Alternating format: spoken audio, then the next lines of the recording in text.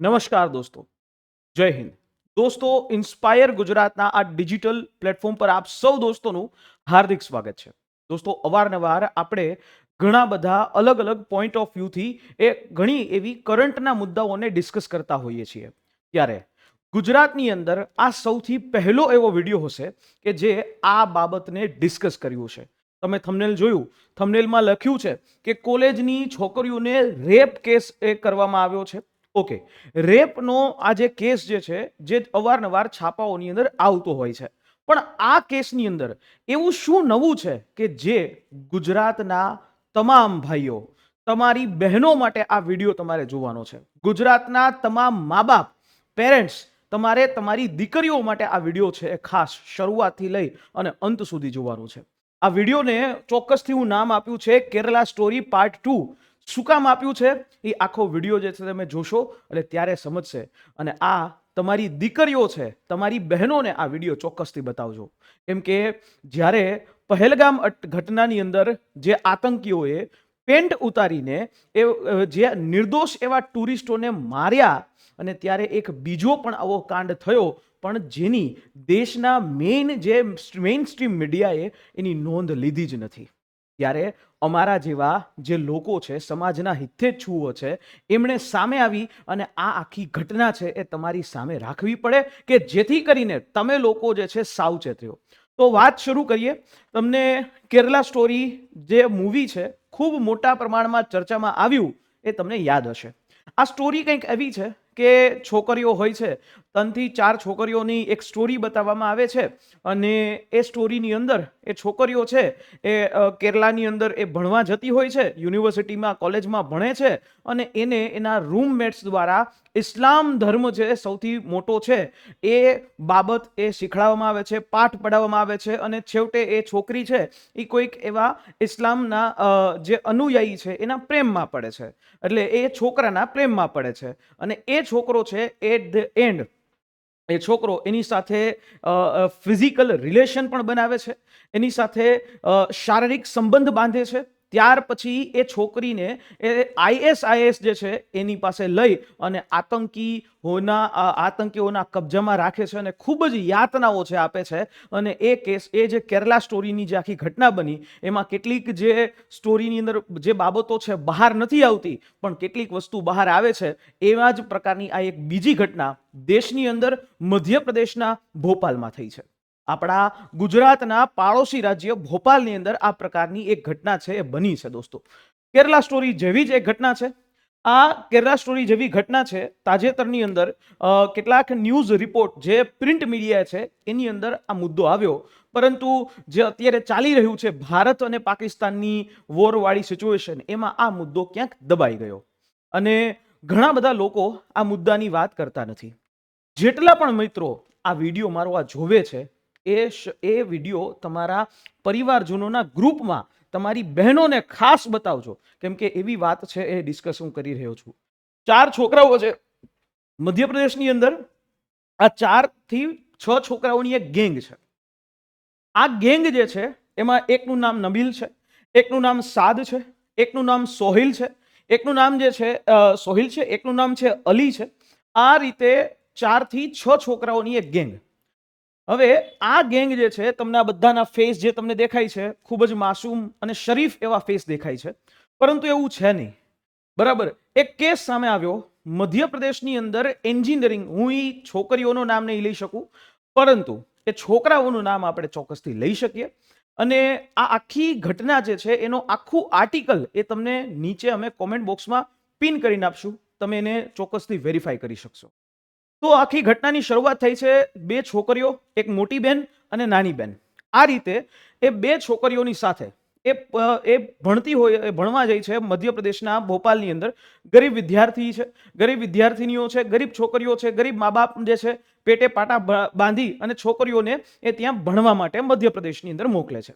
ત્યારે મધ્યપ્રદેશની અંદર આ છોકરીઓ છે એમાં મોટી બહેન અને નાની બહેન, આ બંને જે છે કેટલાક પોતાની સાથે ભણતા એવા છોકરાઓના સંપર્કમાં આવે છે. સંપર્કમાં તો આવે, પણ હવે જેમ દરેક કોલેજોની અંદર થતું હોય કે ભાઈ વિદ્યાર્થીઓ છે, છોકરાઓ અને છોકરીઓ છે, એ એકબીજાના સંપર્કમાં આવે અને ત્યાર પછી છે એ મિત્રો બની જાય છે, અને અહીંયા પણ એવું જ થાય છે. પણ અહીંયા વાત ન્યા અટકતી નથી. છોકરી જે છે એ છોકરી જેની અંદર એક ગેંગ જે છે એ ઓપરેટ થાય છે. ફરાહ ખાન નામનો એક વ્યક્તિ છે, ફરાહ ખાન નામનો એ સ્ટુડન્ટ જે છે એ જે આ બે છોકરીઓ છે એમાંથી નાની છોકરી એની સાથે સંપર્કમાં આવે છે અને એના સાથે એ સંપર્કમાં આવી અને એને રિલેશન બનાવે છે. શરૂઆતમાં એમ કહે છે, મને તારાથી પ્રેમ છે, હું તારા વગર જીવી નહીં શકું.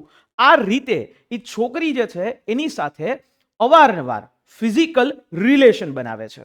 ફિઝિકલ રિલેશન બનાવી અને ત્યારબાદ એના જે કપડા વગરના ન્યૂડ વિડીયોઝ જે છે શૂટ કરી લેવામાં આવે છે. અને આ જે છોકરી છે એ છોકરીને એની મોટી બેન એની સાથે મળાવવામાં ઇન્સિસ્ટ કરવામાં આવે છે, આગ્રહ કરવામાં આવે છે અને દબાણ કરવામાં આવે છે.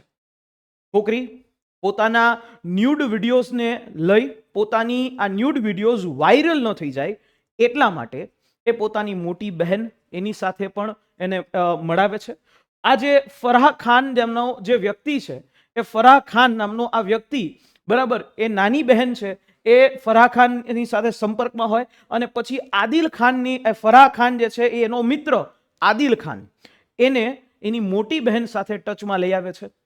આ રીતે આ આખી એક ગેંગ જે છે એ આ રીતે અલગ અલગ છોકરીઓ છે એને ફસાવી એની સાથે શારીરિક સંબંધો બાંધી અને એના ન્યૂડ વિડીયોઝ છે શૂટ કરી અને એને ડ્રગ્સ દઈ અને ત્યાર પછી ડ્રગ્સના નશાની અંદર એટલી ચૂર કરી અને એની સાથે ફરી પાછું અવારનવાર અલગ અલગ જગ્યાએ વાહનોમાં, હોટલની અંદર, રૂમની અંદર લઈ જઈ અને એની સાથે શારીરિક રીતે શોષણ કરવામાં આવે છે. એટલે આ પ્રકારની ઘટના બની. તમને એમ થતું હશે સર આવી ઘટનાઓ બને છે, આમાં એવું તો શું થયું કે જેથી કરીને તમે અમને કહો છો કે તમારે ધ્યાનમાં રાખવાની જે બાબત છે? અહીંયાથી પૂરું નથી થતું. આ પ્રકારની ઘટના બની, બરાબર, ડ્રગ્સ આપવામાં આવ્યા, બધું વસ્તુ થઈ, એના પછી આ લોકોએ જે છોકરીઓ છે એ છોકરીઓને ધર્માંતરણ કરવાની ફરજ પાડવામાં આવે છે કે તું ઇસ્લામ ધર્મ કબૂલ કરી લે, તું ઇસ્લામ કબૂલ કર અને ત્યાર પછી જ અમે ઇસ્લામ કબૂલ કર પછી હું તારી હારે લગ્ન કરીશ અને ફરી પાછો જે છે તારી સાથે સેક્સ્યુઅલ રિલેશન રાખીશ, છોકરાઓ પેદા કરીશ. બરાબર, આવી ગેંગ એ સક્રિય થઈ. બંને બહેનોએ હિંમત જે છે રાખી અને મધ્યપ્રદેશની અંદર પોલીસ સ્ટેશને રિપોર્ટ કર્યું. પણ આની સાથે બીજી ઘણી બધી છોકરીઓ છે કે જેણે પોલીસ સ્ટેશનમાં રિપોર્ટ નથી કર્યું. અને આ ગેંગ જે છે એ ગેંગે ઘણી બધી એવી મહિલાઓ છે, ઘણી બધી એવી છોકરીઓ છે જેની સાથે આ પ્રકારનો ઘટનાક્રમ છે એ અવારનવાર કર્યો છે. આ જે પણ છોકરાઓ છે, આ જે પણ છોકરાઓની આખી એક ગેંગ, આ ગેંગ એવું કહેવામાં આવે છે કે આ ગેંગ એના સંબંધો પાકિસ્તાન સાથે પણ જોડાયેલા છે. અને એ લોકોને એવું કહેવામાં આવે છે કે આ પ્રકારે ગરીબ હિન્દુ છોકરીઓને લઈ ફસાવી, પ્રેમ જાળમાં ફસાવી એને ફરજિયાત ઇસ્લામ કબૂલ કરવામાં આવે છે.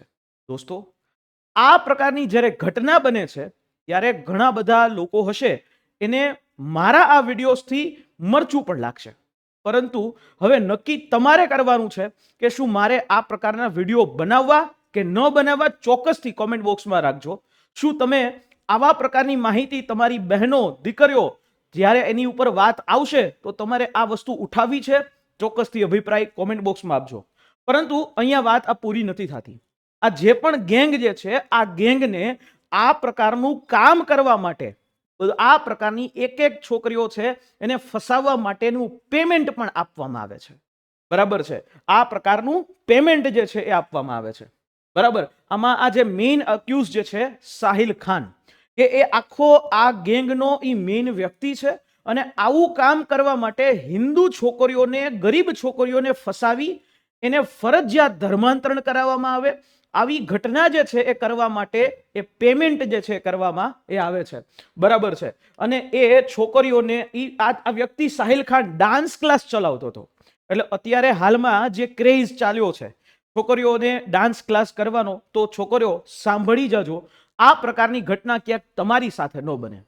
સમાજની અંદર ભૂખ્યા વર્ગો છે એ આમ તેમ રખડી રહ્યા છે, ત્યારે તમારે નક્કી ઈ કરવાનું કે તમારે રાણી લક્ષ્મીબાઈ બનવું કે આ લોકોને તાબે થવું, આ પ્રકારની ગેંગના તાબે થવું. હું અહીંયા કોઈ ધર્મનો વિરોધ નથી કરી રહ્યો. હું આ જે ઘટના બની છે એ ઘટનાથી ગુજરાતની જનતાને સાવધ કરી રહ્યો છું. મારો જે ધર્મ છે એક શિક્ષક તરીકેનો, એના મુજબ હું સાવધ કરી રહ્યો છું કે ક્યાંક તમારા છોકરાઓ સાથે આ પ્રકારનો બનાવ ન બને. એટલે એટલા માટે આ ડ્રગ્સ, આ જે વ્યક્તિ સાહિલ ખાન, આ પણ મધ્યપ્રદેશની અંદર એ પન્નાનો રહેવાસી છે. આ પણ જે છે એ ફર્સ્ટ યર કોલેજના જે સ્ટુડન્ટો હોય છે, શરૂઆતમાં હજી 12મું ધોરણ પાસ કરીને આવ્યા હોય, હજી તો એ છોકરીઓને એટલી બધી ખબર ન હોય, અને એ છોકરીઓની ને અવારનવાર જે છે મોટી મોટી ગાડીઓથી આંજી નાખે, અને ત્યારબાદ છોકરીઓ છે એના તાબે થઈ જાય અને એની સાથે રિલેશન થાય. શરૂઆતમાં સારું હોય, પ્રેમથી થાય, પછી બધી વસ્તુ જે છે આગળ ફિઝિકલ રિલેશનથી થાય, અને ત્યાર પછી એને ડ્રગ્સ, અલગ અલગ ડ્રગ્સ આપી અને એને ધર્માંતરણ, ઇવન બુરખો જે છે એ પહેરવાની પણ ફરજિયાત કરવામાં આવે છે. એ આ છોકરીઓને શરીર ઉપર ડામ જે છે એ આપવામાં આવે છે. આ બધા જ વિડીયોઝ મધ્યપ્રદેશની ભોપાલ પોલીસને આ બધા જે આરોપીઓ છે એના મોબાઈલમાંથી અલગ અલગ ફોલ્ડરમાંથી મળે છે. ત્યારે આ ઘટના છે એ લોકોને ખબર પડે છે, પરંતુ કમનસીબી એવી છે કે નેશનલ મીડિયા છે આ પ્રકારની ઘટનાને પબ્લિશ કરતું નથી. બરાબર. આ વિડીયોનો હેતુ કોઈ હેટ સ્પીચ ફેલાવવાનો નથી, અવેર કરવાનો છે. હું કોઈ પણ ધર્મની બાબત ઉપર વાત નથી કરતો, પણ આ પ્રકારની જે ગેંગ જે છે એ ગેંગની સામે ગુજરાતના તમામ લોકોએ સાવધ રહેવું પડે. બરાબર. અને આવી રીતે હવે આ જે અલગ અલગ પ્રકારના વિડીયોઝ જે છે એ ફોરેન્સિક લેબોરેટરીમાં પણ મોકલવામાં આવ્યા છે. તો દોસ્તો, તમારે એ વિચારવાનું છે કે તમારે હવે શું કરવું. બરાબર. આ વિડીયો, આ પ્રકારની જે ઘટના, આ ઘટના જે છે એ મધ્યપ્રદેશમાં જ્યારે બહાર આવી ત્યારે નેશનલ કમિશન ઓફ વુમન, બરાબર, એમણે ટીમ મોકલી અને સમગ્ર ઘટના છે એનો બ્યુરો જે છે રિપોર્ટ માંગ્યો છે. અને આ જે પણ આરોપીઓ છે એને હાલમાં પોલીસ કસ્ટડીમાં લેવામાં આવ્યા છે. આમાંથી 3 આરોપીઓ જે નાસી ગયા હતા એને પણ પકડી લેવામાં આવ્યા છે. પરંતુ એક વાત છે કે આ ઘટના થઈ એટલે મધ્યપ્રદેશની આ ઘટનાને અજમેરની 1992ની એક ઘટના સાથે સાંકળવામાં આવે છે. એ 1992ની અંદર પણ અજમેરની અંદર રાજસ્થાનમાં એક ખૂબ મોટો ચકચારી એવો કિસ્સો થયો. 11 વર્ષથી લઈ અને 20 વર્ષની છોકરીઓ, જે સ્કૂલની છોકરીઓ છે, એમને મધ્યપ્રદેશની અંદર, એમને રાજસ્થાનની અંદર જે કેટલાક નેતાઓ, જે પોલિટિકલ લીડર્સ કહી શકાય, અને જે ખ્વાજા ચિશ્તી જે છે એમના ત્યાં જે છે સંભાળે છે, એમના જ પરિવારજનોના કેટલાક લોકોએ 250 છોકરીઓનું યૌન શોષણ કર્યું. અને એ જ રીતે કે આ જ પ્રકારની રીતેથી કે પહેલા યૌન શોષણ કર્યું, જો કહેશો તો મારી નાખશું, અને ધર્માંતરણ જે છે કરાવવાની ફરજ પાડવામાં આવી. ત્યારે આ ઘટના જે છે એ 1992માં એ સમગ્ર ભારતમાં ચકચારી બની હતી. અને એ જ પ્રકારની ઘટના જે છે અહીંયા આ મધ્યપ્રદેશના ભોપાલમાં એ થાય છે.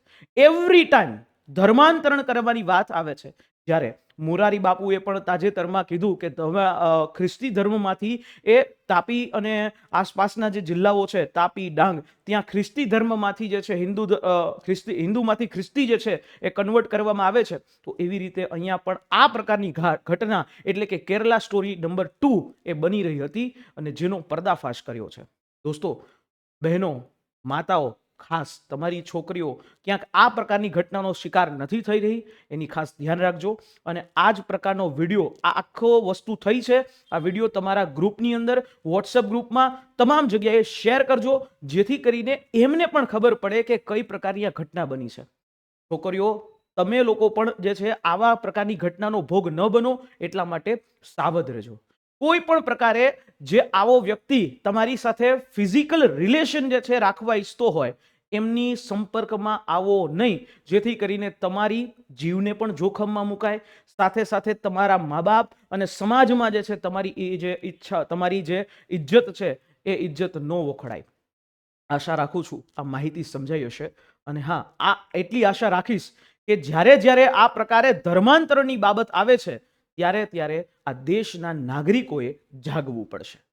દોસ્તો, આ પ્રકારની માહિતી છે અમે તમારા સુધી ડેઈલી પહોંચાડતા રહીશું. તમારો સપોર્ટ અમને ચોક્કસથી જોશે. તમે મારી સાથે ટ્વિટર ઉપર ધવલમારું8 આ મારું યુઝરનેમથી જોડાઈ શકો છો અને યુટ્યુબ ઉપર આ જે ચેનલ છે એને સબસ્ક્રાઇબ જે છે ચોક્કસથી કરી અને ફોલો કરી લેજો. અને આ જ પ્રકારની ઇન્ફોર્મેટિવ માહિતી અમે તમારા સુધી પહોંચાડશું. મળીએ નેક્સ્ટ વિડીયોની અંદર. જય હિન્દ, જય ભારત.